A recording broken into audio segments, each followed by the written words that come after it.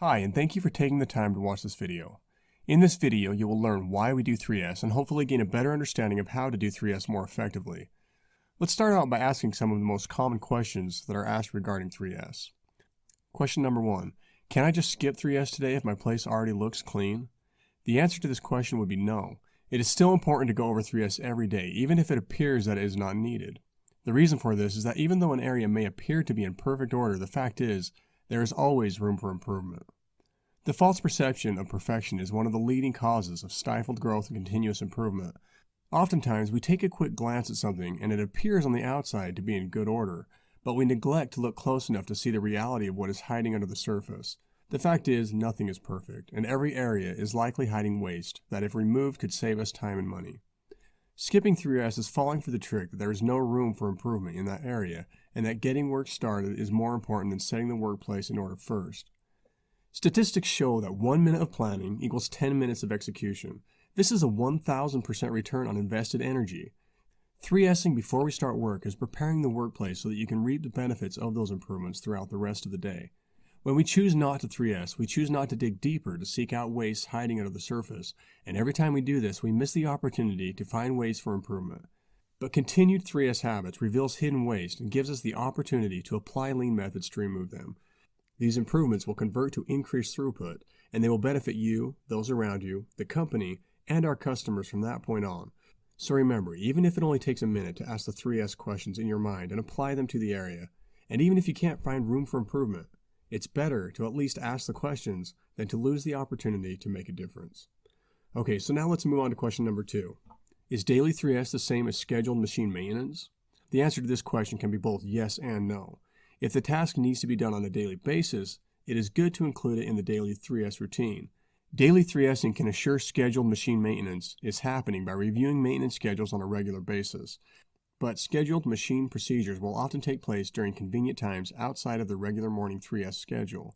Each Friday, machine maintenance logs included in your 3S area should be audited as a part of the morning 3S routine. Now let's move on to some explanation of how to 3S, as there are common misunderstandings as to what it is. 3S is not just about cleaning up clutter, throwing surface garbage away, and sweeping the area with a broom. It's more about engaging the mind into creatively thinking of ways to improve. It's jumping into the mindset and mission to find the hidden improvement that up to this time has been undiscovered and bringing it out into the light so that we can all benefit from your discovery. The 3S questions are designed simply to get these creative juices flowing. By asking ourselves these questions and analyzing what they mean, we become expert at using our creativity to improve everything around us. Let's start out with the first S. The first S stands for sort. Step 1 is to first sort the area by asking ourselves if there is anything here that does not need to be here. Is anything here getting in the way? Does it require us to move it out of the way during daily operations? Take a moment to look at everything and apply this question to each and everything. If you conclude that it does not need to be where it currently is, remove it and put it where it goes.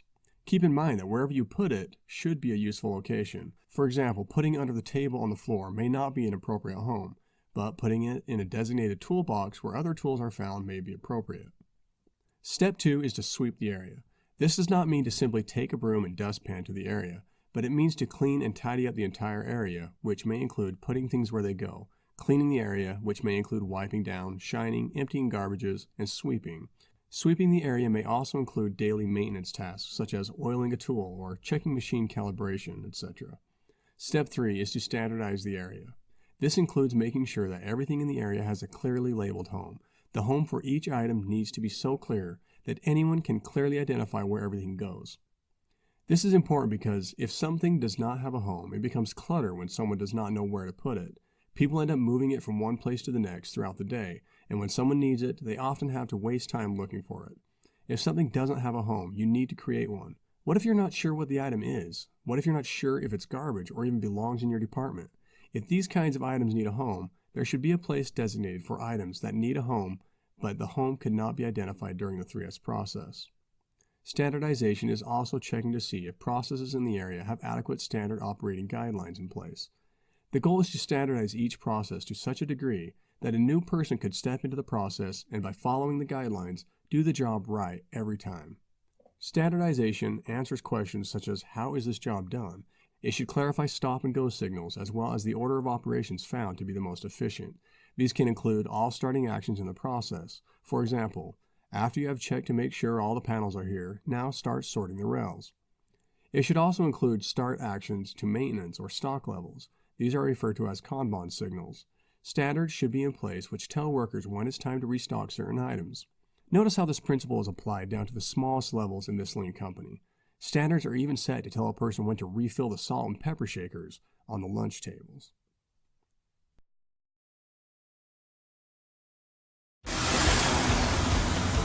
Well, what are you improving?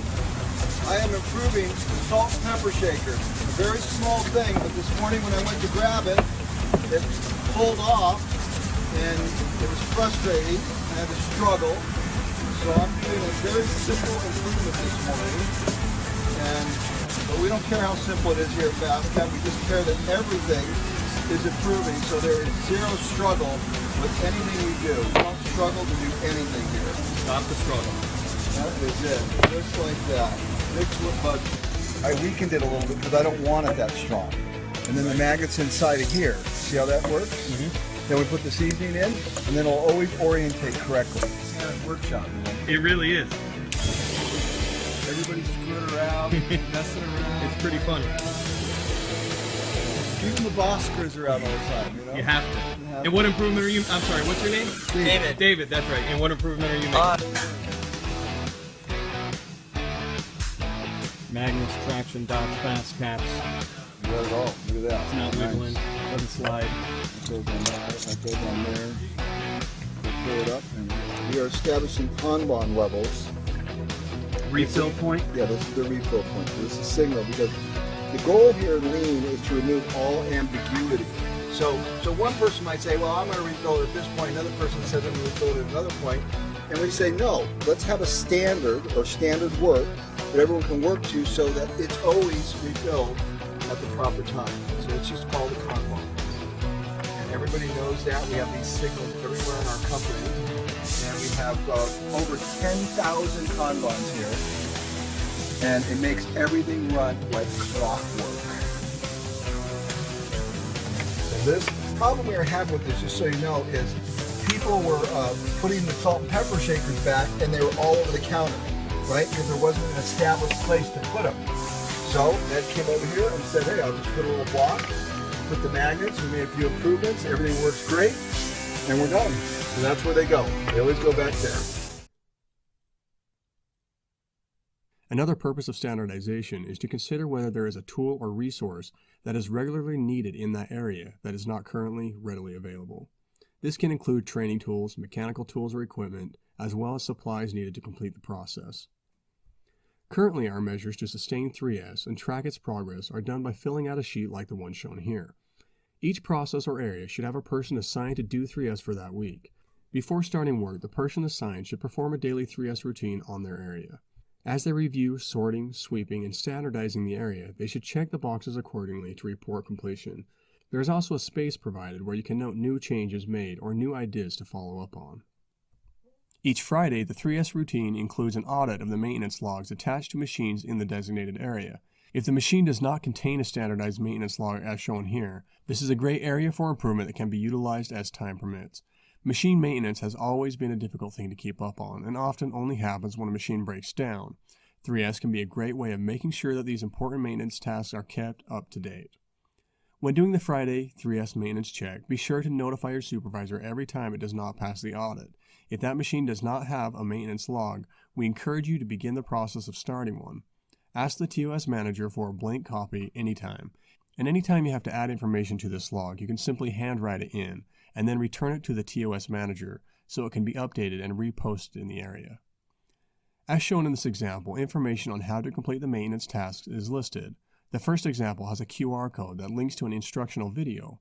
Having the instructions immediately accessible like this is of course preferable, but you may have to start with just giving the information of where the instructions can be found, as shown in the example of oiling the feed chain, and make improvements later. What's important is that you at least start the improvement process. Now let's move on to the question, why is it important to 3S every day? Why not just do it when we are slow or once a week? One reason we seek to 3S every day is that it is a very powerful tool in developing a lean culture. In fact, Daily 3S is one of the 3 pillars essential to cultivating the soil in which a lean culture can grow. How does Daily 3S create a lean culture? Well, I'm glad you asked. The daily repetition creates good habits. You've probably noticed that change doesn't come naturally and can be quite stressful and difficult to establish.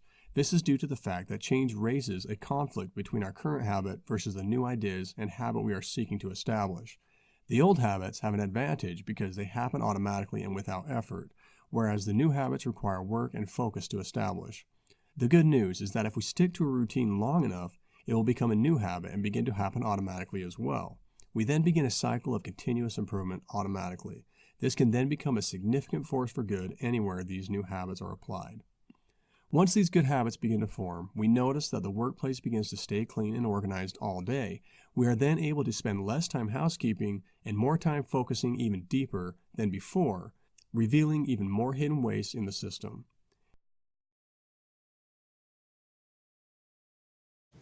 Hello, I'm Brian Tracy, and I'm always being asked, what are the habits of successful people? What is it that successful people do habitually every single day that leads to them being in the top 20% of money earners in our society? Well, Aristotle said that 95% of everything you do is the result of habit. So the rule is form good habits and make them your masters, rather than allowing bad habits to form. In fact, the other rule says this, is that good habits are hard to form, but easy to live with. Bad habits are easy to form, but hard to live with. Now, one of the turning points in my life and my studies of psychology was the discovery that all habits are learned and can be unlearned. Actually, you don't actually unlearn a habit. You simply replace a bad habit with a good habit that has more power and impact. And how do you develop a good habit? You develop a habit by repetition. Daily 3S is a way of reviewing what good looks like on a regular basis. What good looks like is the vision of what we want to accomplish, and the more often we review and focus on this vision, the more successful we will be in achieving it. Daily 3S is a tool that helps us orient all the smaller pieces of the puzzle in a way so that they create the picture of what good should look like as a company. The improvement made in Daily 3S should always be compared to the picture of what good looks like as a company and what good looks like for our throughput operation strategy. As stated before, Daily 3S changes the way we think. It puts us in the mindset of being proactive about what takes place in our lives instead of just reacting to whatever comes along and hoping to survive the current situation. Another tendency most companies have while in survival mode is to focus on production while neglecting improvement. We tend to spend most of our thought and energy toward getting the job done and forget to think about a better way of doing the job. Daily 3S creates a balance where the opportunity is given to take the much needed time to focus on improvement so that production goals can be reached more effectively and with less stress. It can often take effort and some stress to balance the scale, but in the long run, it has proven to create a better work environment overall. Another amazing result of Daily 3S is the fact that it's literally the compound effect put into action. The compound effect is basically the idea of understanding that by small things, big things happen. This can be negative or positive. As humans, we have a tendency to take the path of least resistance, but what life experience shows is that what is comfortable early and driven by things like blame, neglect, entitlement, or self-interest becomes uncomfortable later and leads to negative financial, health, business, personal development, and relationship outcomes. Like waste in the workplace, it is estimated that 90 to 95% of the average person's actions fit into this category, the path of least resistance, while on the other hand, what is uncomfortable early becomes comfortable later. Most of us only have the discipline to put about 5% of our actions into this category, but by pursuing actions driven by responsibility, discipline, and good values, we find a much more positive outcome in our financial, health, business, personal development, and relationship aspects of our lives. The compound effect states that simple disciplines made consistently over time have huge results. To illustrate this idea, consider the question from the book The Compound Effect, authored by Darren Hardy. Would you choose a penny that doubles in value every day for 31 days, or $3 million cash right now? Think about that for a few seconds.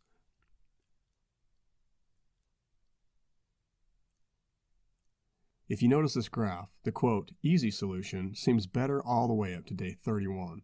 The path of small intentional changes seems not to be making much of a difference until day 26, and then it takes off like a rocket. This is the power of the compound effect. By day 31, the person who chose the penny now has almost $11 million, nearly 4 times the value of the other person. The compound effect shows us the importance of faith and the persistence in an intentional way of thinking founded on positive values. Here's another video demonstrating the power of the compound effect. To understand what the compound effect is, let's play out a little scenario. Now pretend someone offered you the following. Put in 30 minutes a day, the same time every day, to push your skills and show improvement. At the end of the first week, you'll get $10, with a 10% raise at the end of each week if you consistently put in the time day after day. Or, you were offered $5,000 to put in the same amount of time, but you don't need to do it on a consistent basis, and you don't need to improve your skills. You can just use your existing skill set. Now, which would you take? Let's say you took the first option and your friend takes the second. You start putting in a small amount of consistent work each day. After an entire month of daily effort, you've made $51.01. Meanwhile, your friend has just cashed in a check for $5,000. After the second month, your friend is rubbing it in your face. He's just made $10,000, not needing to push himself, and here you are working day after day for a petty $125.81 up to this point. Your family starts suggesting that you should take the other offer as it's still on the table. But you don't get discouraged. You believe in what you're doing and you know the hard work will pay off one day. After the third month, people are getting downright angry with you. You've only made $235.24. They think you've made a stupid decision and beg you to just take the other offer. But you ignore them and keep proceeding. A year goes by. You only have $15,541 to your friend's $60,000. He's living a comfortable life and doesn't really have a care in the world. Meanwhile, people are openly ridiculing you for giving up such a great opportunity to make easy money. Only after 16 months have you made the same amount of money as your friend. Your friends and family only have one thing to say: it's about time. After 16 months of putting in the work day after day and receiving a 10% increase at the end of each week, only now are you starting to see significant results. The next month, you make $40,000 in 1 month. The month after that, you make $59,000. At the end of that second year, you have accumulated just over $2.2 million, an average of $1.1 million per year, to your friend's $60,000 a year. Your family and friends are dumbfounded. Your friend can't help but think he's missed out on something significant. Sure, he's comfortable with 60 grand a year, but he's filled with regret. What this story illustrates is that small, unsexy, but smart decisions made consistently every day that are in alignment with your big vision lead to seemingly incomprehensible and incredible results. Results that you can be truly proud of one day. Author Darren Hardy calls this the compound effect. We live in a culture that promotes what Darren calls a microwave mentality. We expect instant downloads, fast food, and same-day shipping. To stay true to the compound curve, we need to trade the need for immediate results for immediate alignment with our core values. Darren says your core values are your internal compass, your guiding beacon, your personal GPS. They act as the filter through which you run all life's demands, requests, and temptations, making sure they're leading you towards your intended destination. Getting your core values defined and properly calibrated is one of the most important steps in redirecting your life towards your grandest vision. When you know that what you're doing from moment to moment, that the choices and decisions that you're making from moment to moment are in alignment with your core values, you stop needing to have instant results show up in your life. You are content in knowing that you are becoming the person that you want to become. To know that we are on the right path, the compound path, we need to focus and measure the percent gains, not the net gains. In the initial example, if I would have focused on the net income I was making each month and how petty it was in comparison to my friend, then I would have given up. But by focusing on the month-over-month return, the percent gain I was achieving each month, I developed the certainty to stick with it. So during your pursuits, actively measure the percent gains and focus on your momentum. If your efforts are producing month-over-month or week-over-week improvements, and your daily choices are aligning with your core values, then you need to be patient. We humans routinely overestimate what we can produce in a week, but we vastly underestimate what we can produce in a few months or years of sustained effort.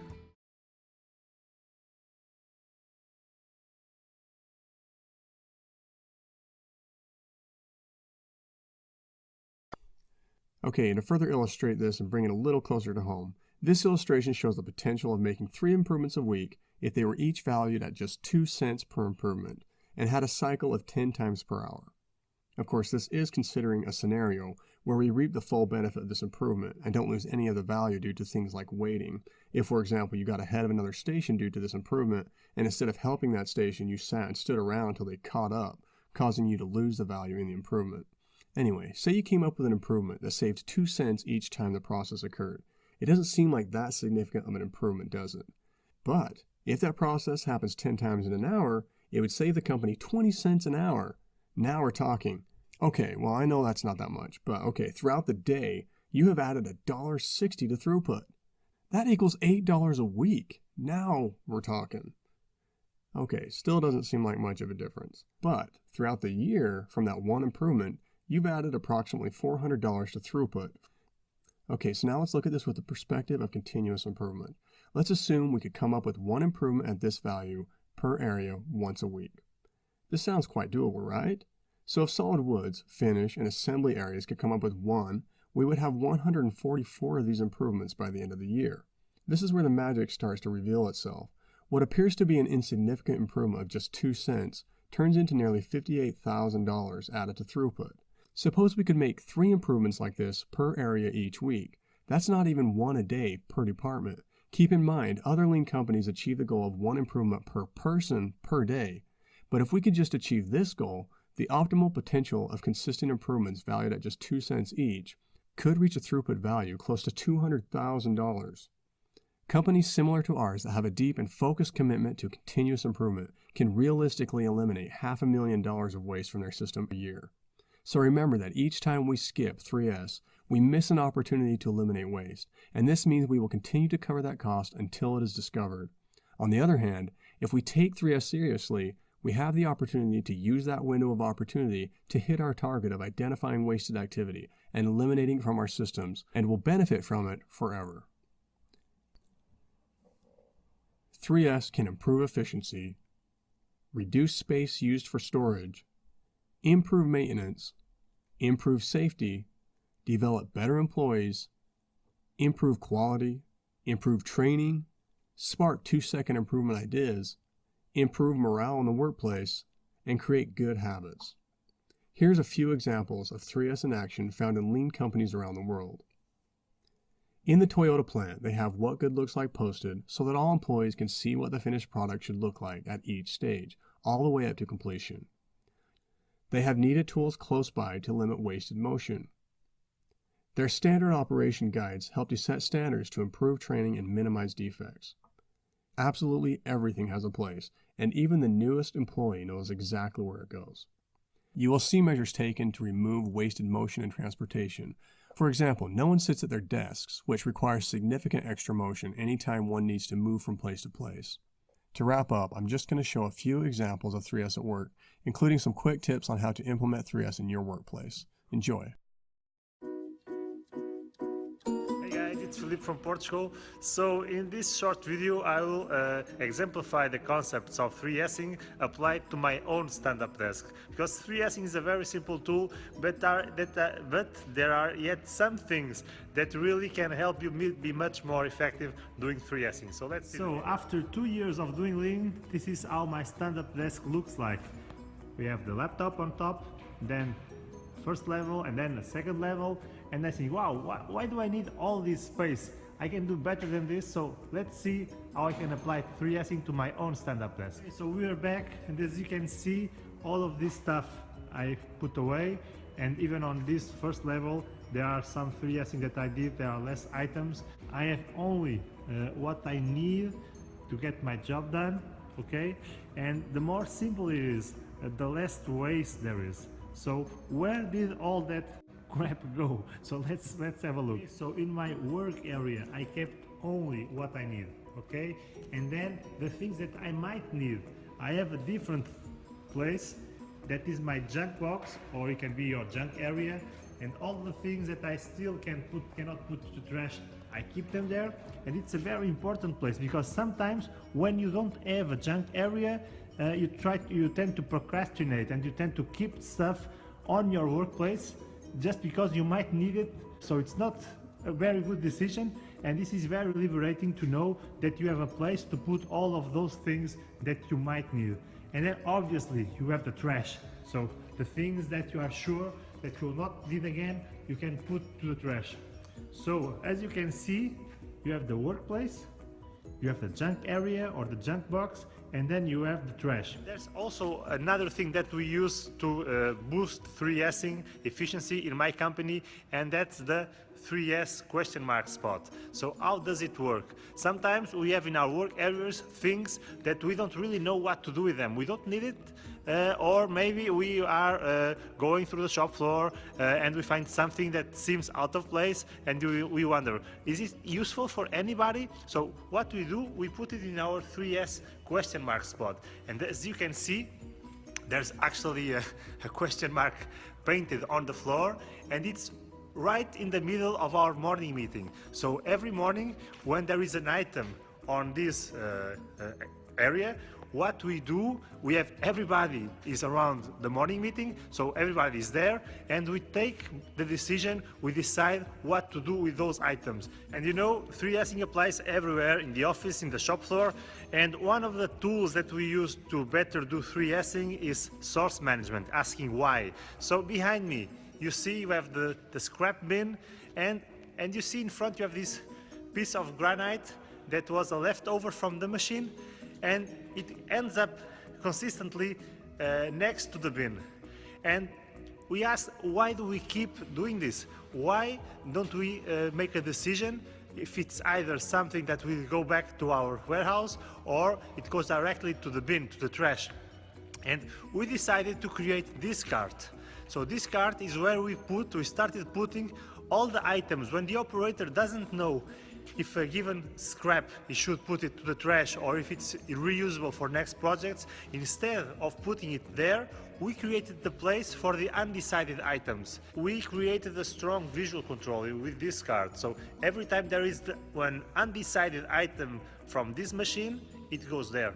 There's the place for the undecided items. Those items need a place, because if you don't create a standard, the place for the undecided items, they will start being all around the place, all around the machine, and it's a complete nightmare. And it's useless to say to the operators, you should pay more attention.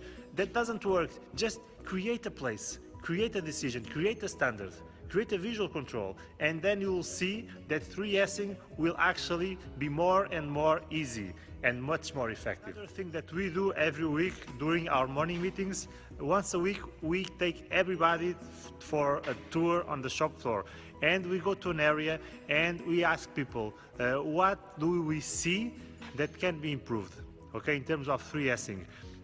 So we help people really be more aware of the opportunities for improvement. We coach them, and everybody gives ideas, and we are looking for what is wrong, but we are also looking for what is right. We celebrate one of those tours. Something very interesting happened. So you see this shadow board behind me, and I asked people, I had 3 people with me, and I asked them, what do you see in this board that can be improved? And they looked and they looked, and they came up with 3 ideas for improvement. And then I changed the approach. I told them, what can you see here, just here, that can be improved? And then, and here. And then just focus on this part. What can you improve here? And then I did the same in all areas of the shadow board, one by one, little pieces by little pieces. And you know how many ideas for improvement we found? More than 20. It's incredible. We gave them not this whole board to come up with improvements, we gave them very specific areas, and I said, in this specific area, never mind the rest of the board, in this specific part of the board, what could you improve? And voila, it was mind-blowing. We came up from 3 to 20 improvements, so be specific. So that's all for 3Sing tips. Hope it helps you. If you have any questions, send me an email, send me a message, and we stay in touch, guys. See you soon. Bye-bye. Ciao.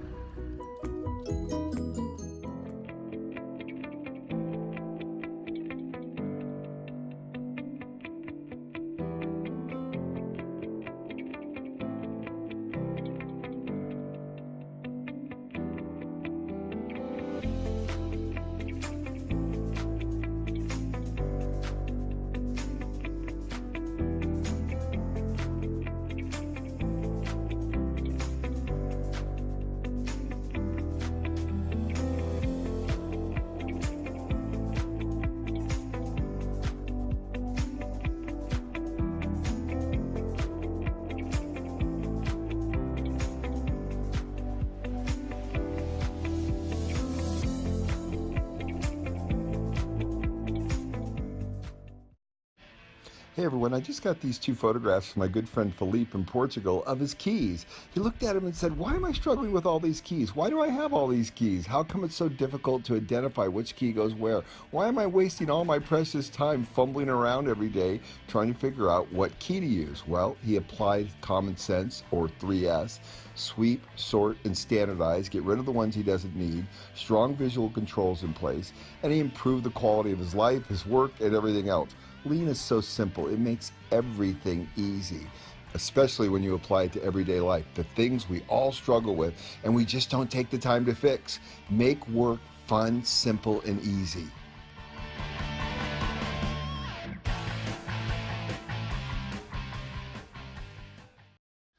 Today we're doing an improvement in the garage, and I don't think there's ever been a better example of the best solution is often the simplest. Check this out. So since I've endeavored to do an Ironman with a couple of really good friends, Paul and Philip, I've acquired some bicycles, that one and then these ones over here for training. And you can see in the gym here, it's a mess. And I wanted it all cleaned up and off the floor. Wanted to build a bike rack that did the job and got the bikes off the floor. Started searching Google, found all kinds of cool stuff, lots of innovative ideas, but it all involved me buying something or ordering something until I found this one. This is all I needed, was a couple of brackets and a bungee cord. So we're gonna drill and a level in 10 minutes, and voila, come check this out. The only money we spent was on a little eye hook, some bungee cords, and little metal brackets. Cost me $11. Use your head, not your wallet. And it never hurts to steal ideas from Google, because that's where I got this from. So if the guy who invented it sees this, thank you. That's my 2-second improvement for the day. Look around. Where in your world could use a 2-second improvement? Well, this concludes this presentation on why we seek to do 3S every day in our workplace. I hope it has been beneficial to you in some way, and we hope that you can see the value in contributing your creative mind and talents into small improvements in your workplace, because even the smallest improvements can make a big difference for everybody. Thanks for watching and have a great day.